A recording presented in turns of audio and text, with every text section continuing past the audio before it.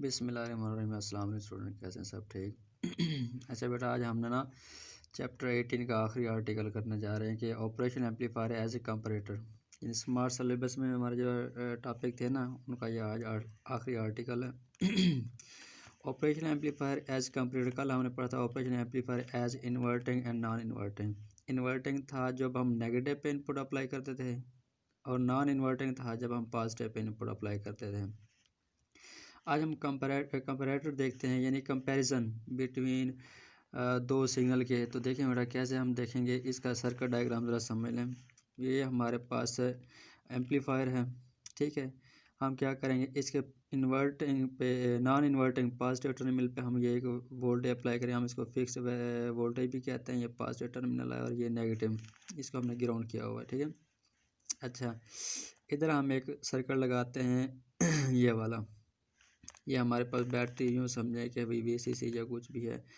तो इससे जो वोल्टेज आएगी ना बेटा, ये हम नेगेटिव इन्वर्टिंग पे अप्लाई होगी, और ये जो है इसके ऊपर वेरी करेगा, ऑसिलेट करेगा। इसके लिहाज से हमने आउटपुट देखनी है। हमें आउटपुट पॉजिटिव कब मिलेगा, या पॉजिटिव VCC और नेगेटिव VCC हमने देखनी है। आउटपुट इन दोनों में से, यानी ये ऑपरेटिंग सर्किट पर जब हम लगाते हैं ना, हमें आउटपुट इन दोनों में से एक मिलेगी। कब मिलेगी वो इन दोनों पर डिपेंड करेगी। अच्छा देखें, फ़र्ज़ किया ये हमारे पास जो है ना, ये वाली वोल्टेज हमने कहा फिक्स है, कितनी है वो 5 वोल्ट है, यानी कि ये इधर से पॉजिटिव पे कितनी आ रही है 5 वोल्ट। अब हमने ये जो बैटरी लगाई ना, लेट्स कंसीडर इसकी जो पोटेंशियल डिफरेंस जो वोल्टेज है वो 10 वोल्ट है। तो इधर पोटेंशियल कितना ड्रॉप है वो 10 वोल्ट, दूसरे टर्मिनल पे क्या होगा 0 वोल्ट, ठीक है।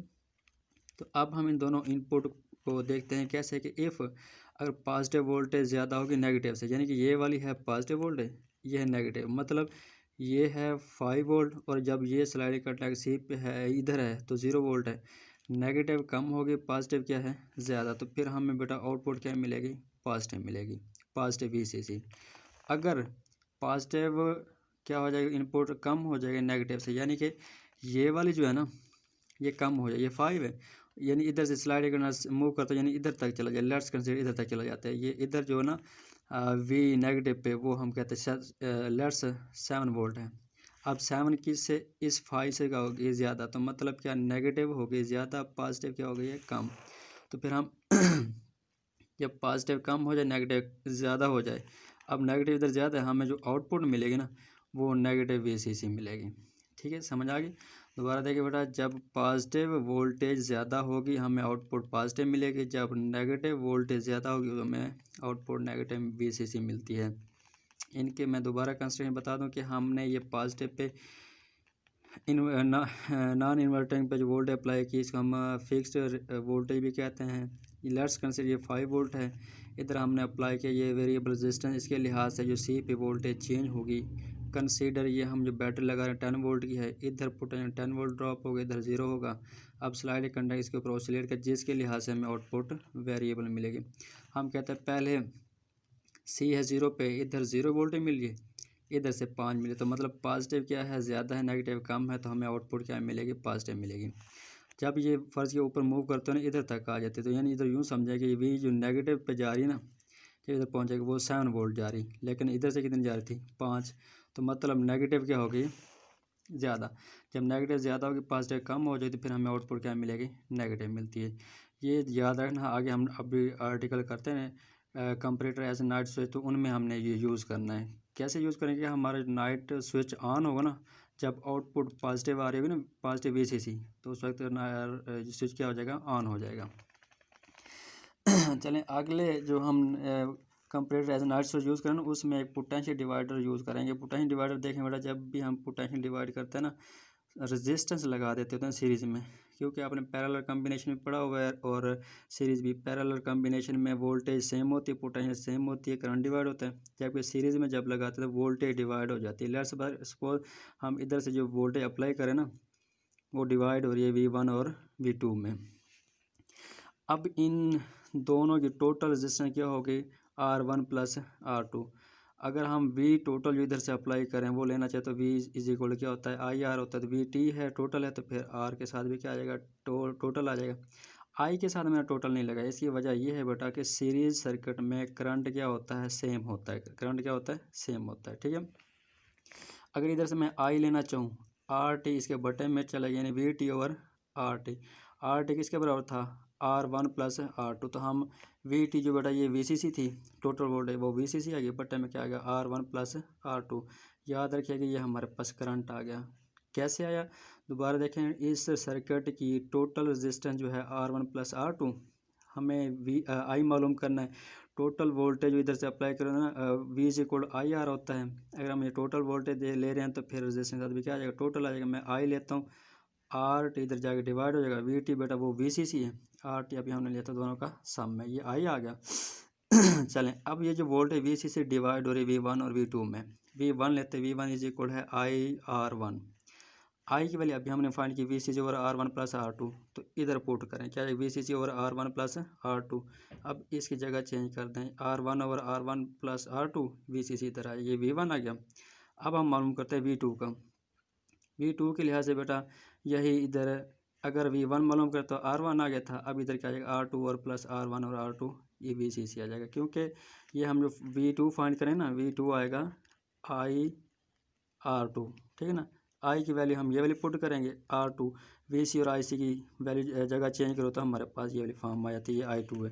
यानी I2 क्या है, R2 बटे में R1 प्लस R2, ये VCC और ये V1 आ गई। इन दोनों को भी याद रखना, आगे हम इसको इस्तेमाल करते हैं नाइट स्विच में, देखें बेटा। अब हम देखते हैं comparator as a night switch. Night switch की ये सर्किट डायग्राम पहले समझ लें। ये है एम्पलीफायर, ठीक है। इसके नेगेटिव पे हमने ना एक वो वेरिएबल वोल्टेज अप्लाई कर देंगे, और पॉजिटिव पे फिक्स। जैसे हम इधर पॉजिटिव पे फिक्स दे रहे थे कि 5 वोल्ट, और नेगेटिव पे हम वेरिएबल दे रहे थे। इसमें भी इसी तरह करना है नाइट स्विच वाले में, कि पॉजिटिव पे फिक्स वोल्टेज देंगे, नेगेटिव वेरिएबल। कैसे बेटा, ये हमारे पास सर्किट है, इधर रेजिस्टेंस R1 है, इसमें जो करंट फ्लो होगा I1 होगा। ये रेजिस्टेंस R2, इसमें करंट फ्लो होगा I2 होगा। और एक रेजिस्टेंस हम इधर लगाते हैं, ये वाला रेजिस्टेंस, और ये दोनों वेरिएबल हैं, ठीक है।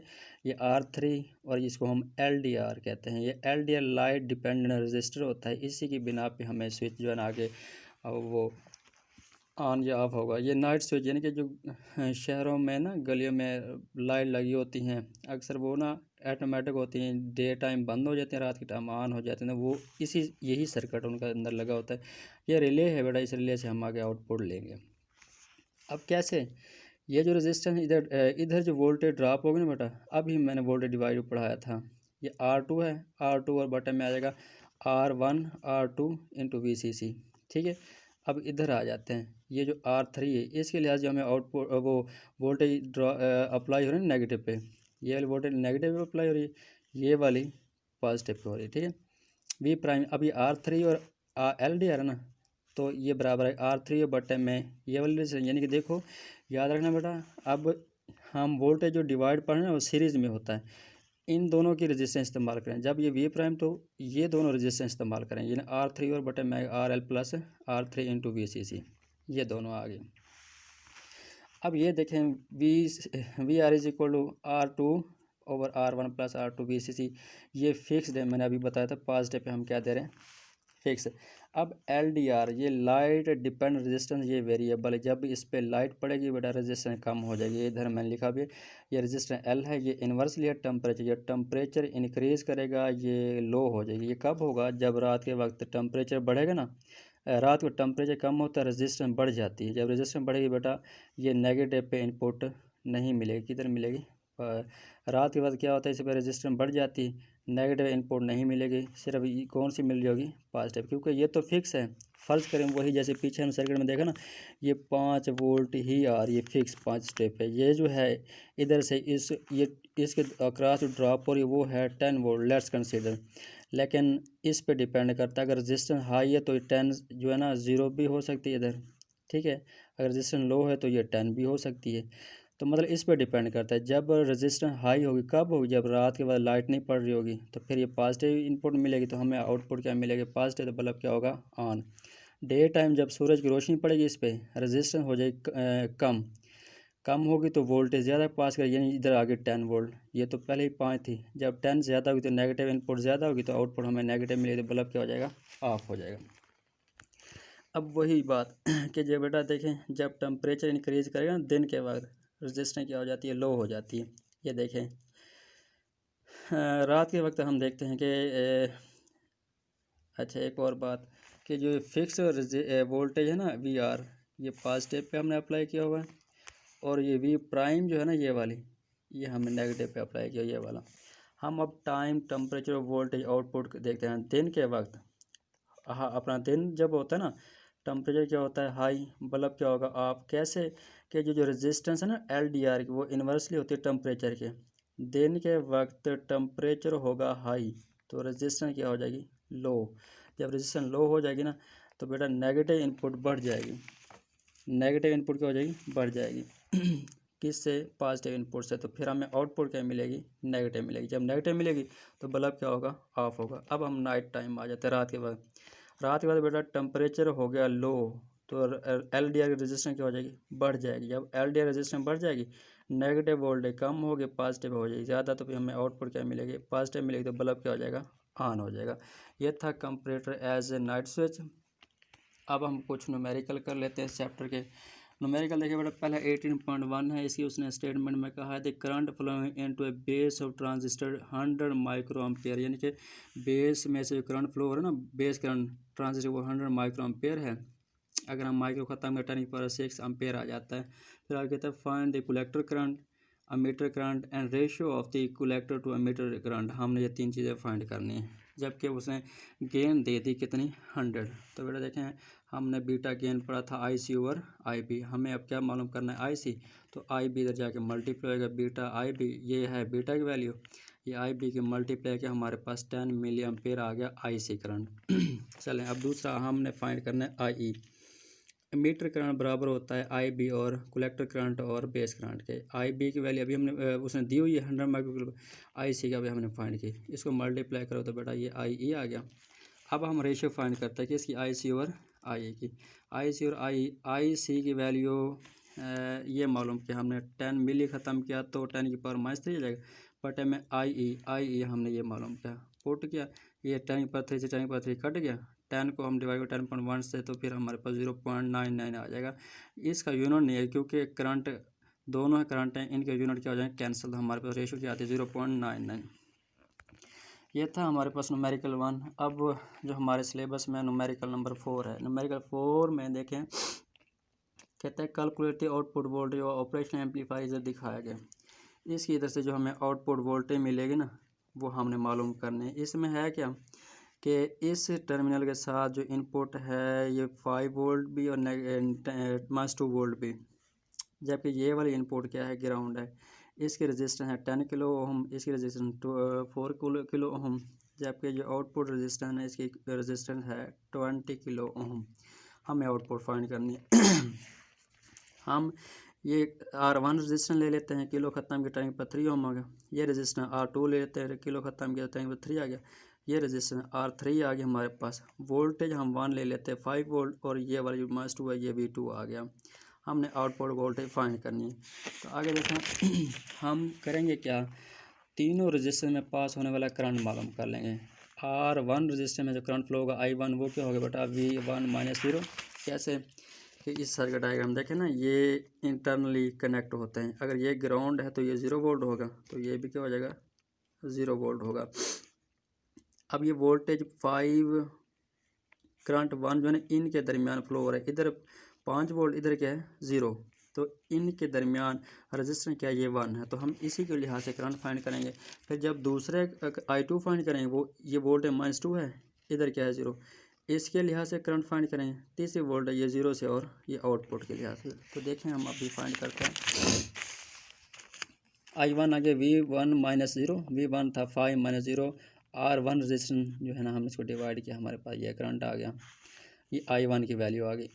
I2 बेटा जो R2 रजिस्टर में से फ्लो होगा V2 - 0, V2 माइनस मैंने अभी बताया था -2, जो उधर टर्मिनल तक जा रहा था 0, बट हमें R2 ये रजिस्टर हम इसको डिवाइड करेंगे, हमारे पास -0.5 क्रॉस टेंस -3 एम्पेयर आ जाता है। ये I2 आ गया। अब I3 जो आउटपुट था वो वोल्टेज 3 जो है ना बेटा V आउटपुट -0 है। V आउटपुट हमने मालूम करना है, यानी I3 V आउटपुट बट में R3 की वैल्यू थी 20 क्रॉस पर 3। अगर हम मैं इधर 1 लिखूँ, इसको इधर काम है 1 को 20 पे डिवाइड करूँ 0.05 क्रॉस टेंस -3 V0 एम्पेयर आ जाता है, ये I3 है। अब हम किरचॉफ का करंट लॉ अप्लाई करते हैं। वो क्या था, किरचॉफ का लॉ था कि किसी एक पॉइंट तरफ आने वाले करंट का सम बराबर होते उसी पॉइंट से दूर जाने वाले करंट का सम। तो देखें बेटा, ये एम्पलीफायर इसकी तरफ इन दोनों में से आने वाले करंट का सम बराबर होगा इससे दूर जाने वाले करंट सम, यानी इन दोनों का करंट बराबर हो जाएगा किसके करंट से, ये I1 I2 बराबर होगा किसके, I3 के। तो देखें हम इसमें वैल्यू पुट करते हैं।